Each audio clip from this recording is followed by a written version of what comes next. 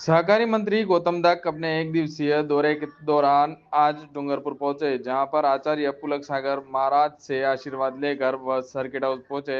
यहां पर सभापति अमृत कलासुआ, जिलाध्यक्ष हरीश पाटीदार और भाजपा नेताओं ने उनका स्वागत किया। मंत्री ने शहर में क्रय विक्रय के गोदाम से कॉलोनी वासियों की परेशानी पर जवाब देते हुए बताया कि जल्द ही शहर के बाहर गोदाम स्थापित करने के प्रयास किए जाएंगे। उन्होंने किसानों को खाद की कालाबाजारी और किल्लत के बारे में जब पूछा गया तो उन्होंने कहा कि परिवहन के साधन अब जिले में अच्छे हो गए हैं। ऐसे में जल्द ही रेलवे के माध्यम से सीधे खाद अब डूंगरपुर जिले पहुंचाया जाएगा। उन्होंने जिले में दूध डेयरी प्लांट नहीं होने के मुद्दे पर बताया कि जिले में पशुपालकों को गोपाल क्रेडिट योजना का लाभ पहुंचाने के लिए जल्द ही यहां पर सर्वे कर दूध डेयरी का प्लांट लगाने का भी प्रयास किया जा रहा है। उन्होंने क्रय विक्रय समिति के सिमलवाड़ा, बिछीवाड़ा और आसपुर में गोदाम बनाने का आश्वासन दिया। बांसवाड़ा संभाग खत्म करने के आज कांग्रेस के विरोध प्रदर्शन पर खुलकर बोलते हुए कहा कि कांग्रेस की सरकार ने बिगड़ योजना और प्रबंधक के सिर्फ राजनीतिक लाभ लेने के लिए नए जिले और संभाग बनाए थे। कांग्रेस सिर्फ विरोध करने का काम कर रही है। यहाँ की जनता ने अभी तक कोई विरोध नहीं किया। मंत्री ने क्रय विक्रय समिति में खाद्यान्न के परिवहन के लेकर कई सालों से टेंडर प्रक्रिया नहीं अपनाए जाने का सवाल पूछा, जिस पर उन्होंने जवाब देते हुए बताया कि पूरे मामले की जांच कराकर जयपुर स्तर से टेंडर प्रक्रिया कराई जा रही है। प्रेस वार्ता के बाद भाजपा कार्यकर्ताओं से संवाद करने के बाद सहकारी मंत्री स्पोर्ट्स कॉम्प्लेक्स में अटल वॉलीबॉल खेलकूद प्रतियोगिता के उद्घाटन के लिए पहुंचे, जहां पर डूंगरपुर विधायक प्रत्याशी बंसीलाल कटारा के सौजन्य से वॉलीबॉल प्रतियोगिता का शुभारंभ किया गया, जहां पर 50 से अधिक टीमें भाग ले रही हैं। निश्चित रूप से आपने इस समस्या की ओर ध्यान दिलाया। इसका समाधान ढूंढ करके यहाँ के अधिकारी से चर्चा करके कैसे हम इसको इन जनता को होने वाली समस्याओं से हम कैसे निजात दिला सकते हैं, उसके लिए हम प्रयास करें। एक सर, अभी खाद की किल्लत चल रही है।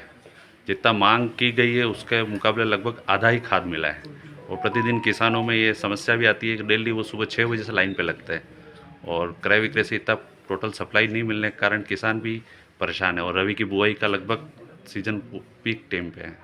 ऐसे में सर, यहाँ कुछ केवीसी से और इस तरह की बात आई थी। हम अगली बार कोशिश ये करेंगे कि अब यहाँ रेलवे का भी जो है माध्यम अपना यहाँ से यातायात की जो व्यवस्था है वो ठीक हो गई है। तो अब हम प्रयास करेंगे अगली बार से रेक यहीं लगे, ताकि यहाँ की सभी को जल्द से जल्द यहाँ के किसानों को जल्द से जल्द खाद की पूर्ति हो सके। तीसरी सर, सबसे बड़ी यहाँ का लगभग प्रतिदिन 40 लाख लीटर दूध गुजरात जाता है।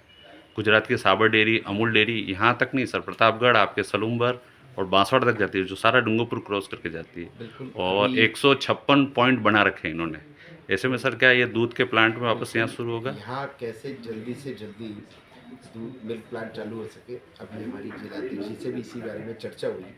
हम यहाँ सर्वे करवा करके और वहाँ ये स्थान उपयुक्त रहेगा, उसके लिए भी अभी चर्चा करके हमारे डेयरी के जो एमडी हैं श्रुति जी और समित जी से बात चर्चा करके आदरणीय मंत्री जी हैं जोधाराम जी, उनको भी मैं आग्रह करूँगा कि यहाँ मिल्क प्लांट चालू हो, ताकि यहाँ के दूध उत्पादकों को अच्छी कीमत उनके दूध की मिल सके। सरकार जिस प्रकार से पशुपालन को बढ़ावा दे रही है, आज हमारी सरकार ने आने के बाद तुरंत किसानों के लिए, पशुपालकों के लिए गोपाल क्रेडिट कार्ड योजना प्रारंभ की है, जिसमें किसानों को 1 लाख तक का बिना ब्याज का ऋण देने का काम सरकार करेगी। तो निश्चित रूप से आने वाले दिनों में सरकार की इस योजना की वजह से और पशुपालकों का भी पशुपालन का भी बढ़ेगा और उससे मिल्क प्रोडक्शन भी बढ़ेगा, और निश्चित रूप से यहाँ डूंगरपुर और बांसवाड़ा के बीच में एक डेयरी प्लांट निश्चित रूप से जल्द प्रारंभ कराने का प्रयास हम करेंगे। एक सर, अपन क्रय विक्रय के स्टोरेज की तो बात करते हैं। डूंगरपुर और सागवाड़ा में तो स्टोरेज के लिए गोदाम है, परंतु बिच्छीवाड़ा, आसपुर और सिमलवाड़ा में गोदाम को लगभग निष्क्रिय अवस्था में कर रखा है। ऐसे में क्या सर नए कोई गोदाम बन सकते हैं क्या? निश्चित रूप से यहाँ की ज़रूरत देख करके और फिजिबिलिटी देख करके उनको भी प्रारंभ करने का काम किया।